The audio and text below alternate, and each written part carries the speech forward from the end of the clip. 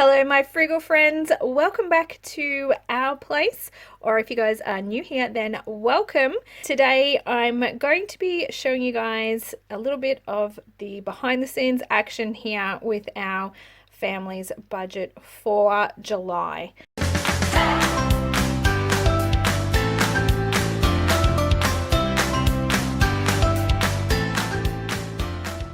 So for those of you who are new and haven't seen one of our budgeting videos before, we are an Australian family of 5, but we have 2 adult children who do not live at home with us anymore.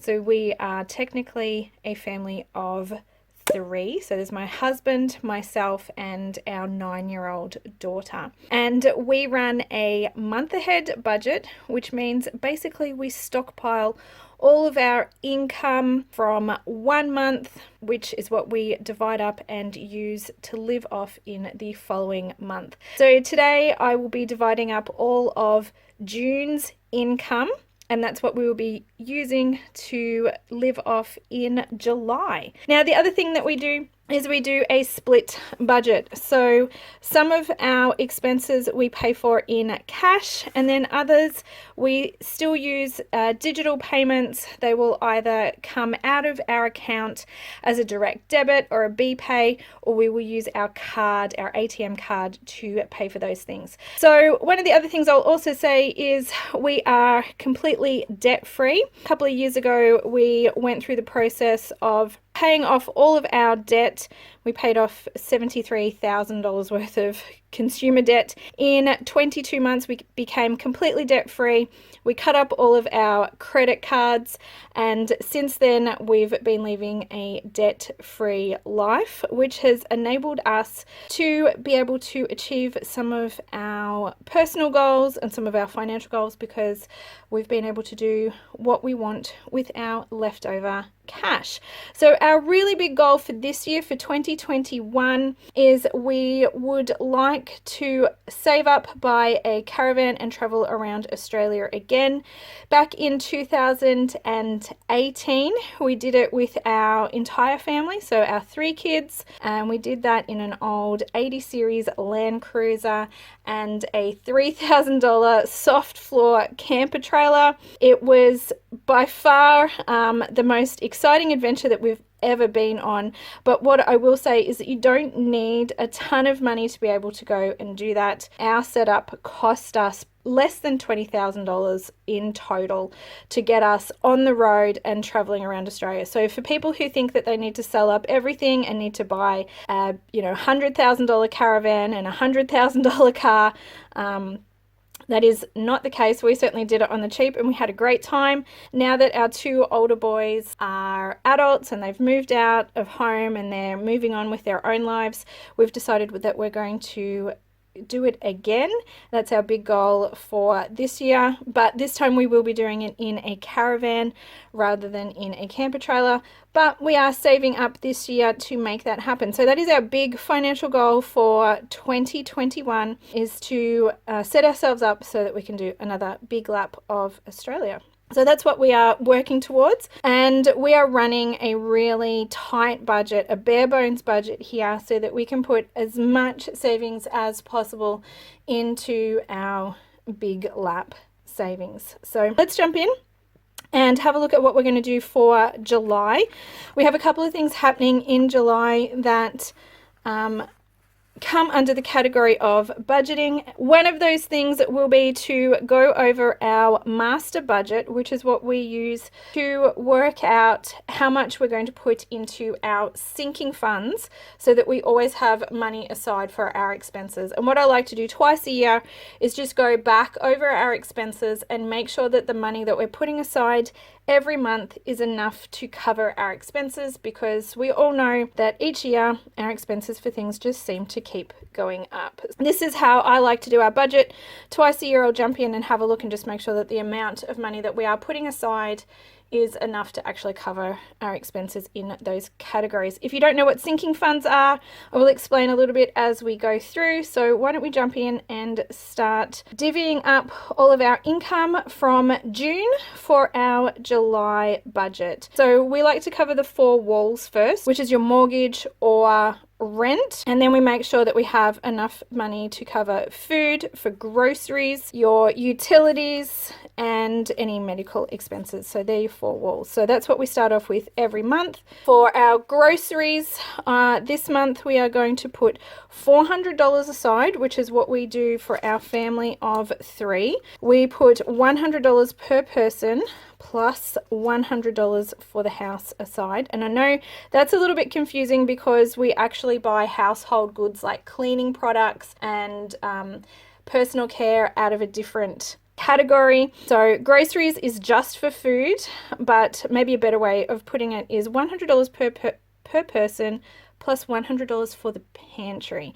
And we've found that that number works really well for us, but everybody is different, and we just need to set particularly budgets for our variable expenses at levels that work for each of our individual circumstances. So our grocery allocation is cash because I find that I don't track our taps and swipes very well. I'm not very good at reflective budgeting. So if I go grocery shopping, I don't normally remember to go back and have a look at how much I've spent out of each category and put it into a spreadsheet and things like that. So for me, having cash envelopes for our variable expenses, they are the things that do change month to month. It's not a set amount. We determine how much we're going to spend in part by our purchasing habits and decisions,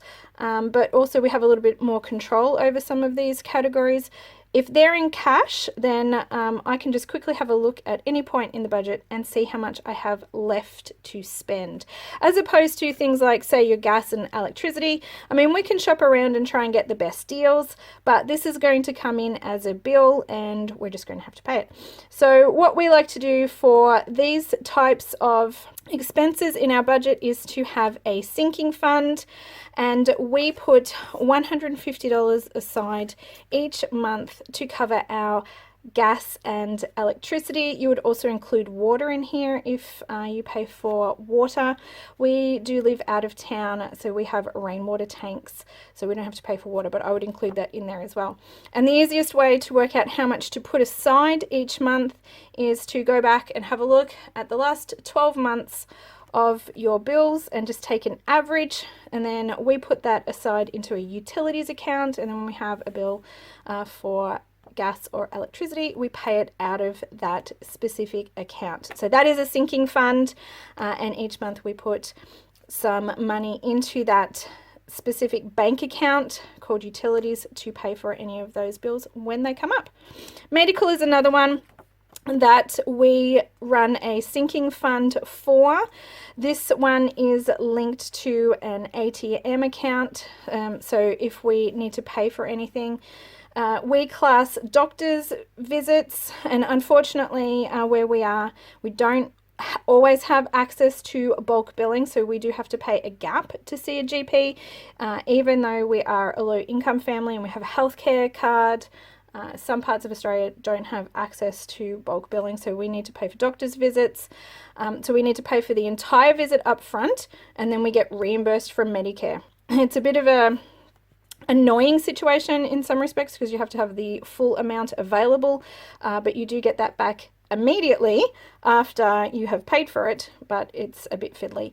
So that comes out of there. Prescriptions and anything that's ongoing like that. Also specialist appointments and those sorts of things come out of our medical. So over the last 12 months, what we've worked out is $100 a month works out to be about right for us. But my husband does have an ongoing medical condition, so there's lots of doctor's appointments and medications and treatments and things involved in that. So for other people, it might not be so high. Fuel, we have chopped and changed between doing this as a cash or a card. At the moment, we are putting $150 aside for fuel. We are down to just having one vehicle now. We did sell our other two cars, and we've bought a vehicle that is better suited to towing. Unfortunately, our Land Cruiser didn't have the towing capabilities to tow this type of van that we're looking at. So we did upgrade to a Ford Ranger. It is somewhere in between the Land Cruiser and the Hyundai i30. The i30 was great on fuel. It was so economical, and that was our daily driver. The Land Cruiser was an absolute gas guzzler. It went through so much fuel every time you drove it. The Ranger is somewhere in between, so we're still working out exactly how much we need to put aside. So what we will do for the next 3 to 6 months is we will gauge and see whether or not $150 is enough for our average driving, and we may increase it or decrease it. And that's part of that master budget that I was talking about earlier, where we just keep an eye on these sorts of things. Sometimes we can go back, like with the electricity, and we can have a look and see how much our electricity has been over the last 12 months and whether or not that is enough to cover that. And if not, we will increase it. And the same with these categories like fuel. We'll just keep an eye over the next, say, 3 months and see if we need more, if we're running short and we're finding that we are either having to take some money out of our miscellaneous or our buffer, or if we have money left over. So that's going to be one of those ones that we'll keep an eye on over the next couple of months, and we will adjust if necessary. So I really want to say that that's an important thing. Just keep adjusting your budgets. Don't think that you have to be locked in zone. If something's not working, then change it so that it does. Car maintenance is separate to fuel. So we have fuel and car maintenance separate. Car maintenance is the cost of keeping our vehicles on the road. So registration, insurance, roadside assistance, maintenance, tires, all of those sorts of things that are additional costs other than just your daily running costs like fuel, or if you have to pay for like an e-tag or something, you would include that in a separate one. Car maintenance for us is a sinking fund. We're putting $350 a month aside, and that will cover everything that we need to keep all of our vehicles on the road. So we put them all together in one account. Again, this is a separate account, so this is separate from our other sinking funds. And all of our expenses related to keeping our vehicles on the road. So we have a camper trailer and we have a caravan that we are renovating. We are going to sell that one and we're going to buy a different one.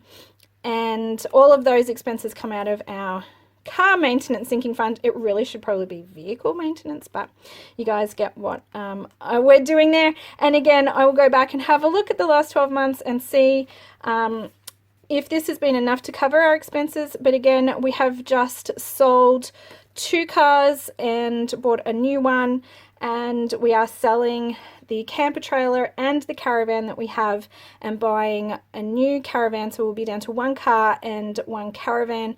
So these expenses are going to change again. So in another 6 months, we'll have another look and we'll see if the $350 a month is enough to cover our new expenses. And I should also say that these are just automatic direct debits from our holding tank account, which is where all of our income gets stockpiled. These immediately come out on the 1st. So these are pre-programmed into our banking. I don't even have to do these. These just happen. What I do need to do is pay any bills out of these accounts with the money that is allocated in there if we have anything due, or just keep an eye on it and make sure that we are transferring enough into our sinking funds to cover our expenses. Phones and internet. So this one goes, because these are monthly, these just go onto a dedicated ATM card that we have, a transaction account. And the only thing that goes onto this account and comes off this account is the money for our monthly direct debits. So the first of the month, we just put enough money aside for our phones and our internet. We have 2 Aldi prepaid phones that cost $15 a month, and our home internet is $85, and that money just goes straight across to that transaction account, and then all of our monthly direct debits just come out of that one account. So that, again, that is set and forget. Our next cash sinking fund is clothing, and what I like to do is put $50 a month aside for clothing, and then if any of us actually need any clothing, we have cash put aside. We had a little bit stockpiled there, and the month before last we went and bought some things that we needed, some clothes and some shoes, so that went back down to 0 in May. June and July we've put some money back in there, and again we'll just save that back up. This one is a sinking fund, but it is a cash sinking fund. And for those of you who worry about carrying cash around in your wallet, what I do with this one is I leave it at home in our safe, and I only take it if we are specifically going to buy clothes. And that does one of two things. First of all, I don't have to worry about the cash being stolen or me losing my wallet and having a whole heap of cash in there. It is safe at home in our safe unless we specifically are going to buy clothes or shoes.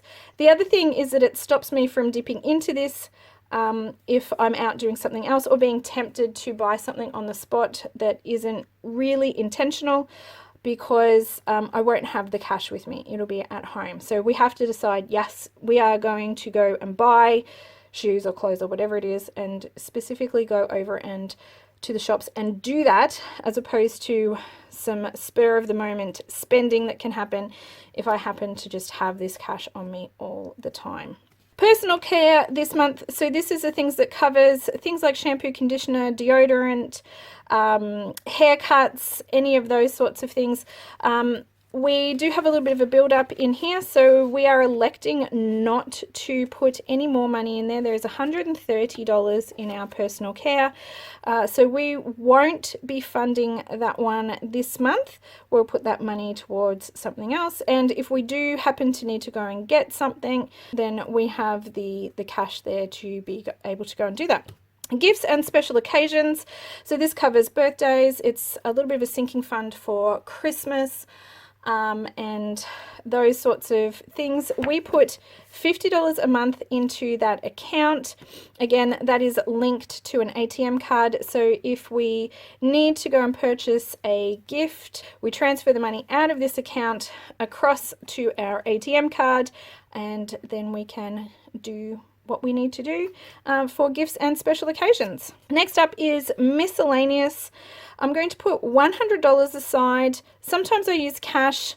This month I'm going to leave it in our account, and we will have $100 available for those purchases that crop up, those things, those expenses that we haven't specifically budgeted for. And we all know that they come up. This is probably one of the biggest things that derails people's budgets, those little expenses that come up that aren't budgeted for. So if we budget down to 0 and we leave no slack in the line, if we leave no cushion or buffer or whatever you want to call it, that's when budgets don't work. And that's when people say, I tried to budget, but it didn't work because I had this expense come up that I forgot about and I had no money to pay for it. So every month we allocate $100 to miscellaneous, and that can cover any of those things that just crop up that we just haven't budgeted for, or little purchases that I don't specifically want to have a budget line for every single month. And we have what we call the buffer. So we always leave $100 in our account as well. So technically we have a $200 a month cushion for unbudgeted for things that may crop up, little mini emergencies. They're not enough that you would want to actually dip into your emergency fund, but it's just enough to keep the budget on track and allow us to be able to do a few spontaneous things that perhaps cropped up that we either didn't know about or we forgot about or whatever. Our other personal spending money is our splash cash. So each month, Shan and I both get $50 to go and spend on whatever it is that we want. The other person doesn't get a say in this, so we can choose to spend it each month. We can blow it on chocolate and coffees, if that's what we want to do. We can save it to purchase something big, if that's what we sort of have in mind. Oops. I keep my $50 in my Splash Cash envelope, and then that way my personal spending money is separate to the other cash that is kept in my wallet, and Shan's just goes straight into his wallet, because typically I carry all of the cash envelopes. That's just the way that works for us. And I don't know why, but I started to put the cash envelopes back with my cash wallet, which, if you guys haven't seen this before, this is gorgeous. This is from Treasury, and I was gifted this at the start of the year, and this thing is holding up so well. It still looks brand new, but it is designed for people who do a split budget like we do.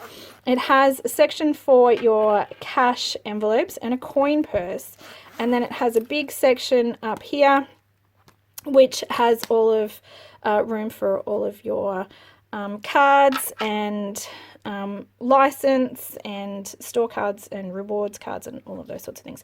That was a little bit off topic, but I will leave a link to this wallet down below in the description box if you guys are interested in checking them out. They're a great wallet. I found it so handy. Before this, I actually had two wallets. I had a cash wallet and I had my normal wallet with all my cards in it, and it was a little bit cumbersome, let's put it that way. This is fantastic.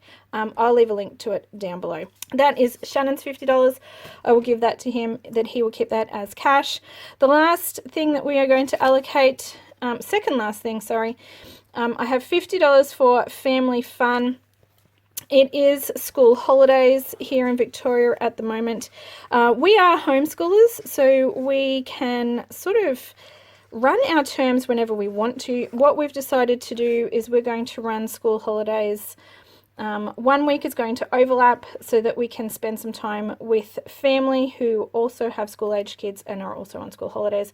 And then we're going to have 1 week of school holidays once school goes back, so we can have a little bit of fun while it's a little bit quieter and everyone else has gone back to school. So we've put $50 aside. We don't have anything specific that we're doing for the school holidays, but we do have a little bit of cash just to do a few fun things should they arise. And the last thing that is left in our budget is our savings. So we do a priority-based budget. I go through and try and organize all the budget lines so that they are in priority order. Then Shannon and I sit down and we decide how much we are going to allocate to our variable expenses. There are some things that we choose not to fund. So this month we've chosen not to put any money aside for eating out, our budget meeting date nights or date nights just in general, alcohol, and there's a few other things there. Activities, we don't need to put any money aside for. Travel savings, we're not saving for at the moment because we are putting everything towards our big savings goal. So we sit down and we decide how much we want to allocate to those variable expenses, those things that come down to personal choice and our discretionary spending. And we're working on a zero-based budget so that at the end, everything that's left over, for those of you guys who do the Dave Ramsey method, you've probably heard it referred to as the snowball. All of that snowball savings is going towards our big savings goal. We're putting everything aside towards that goal of traveling around Australia again next year.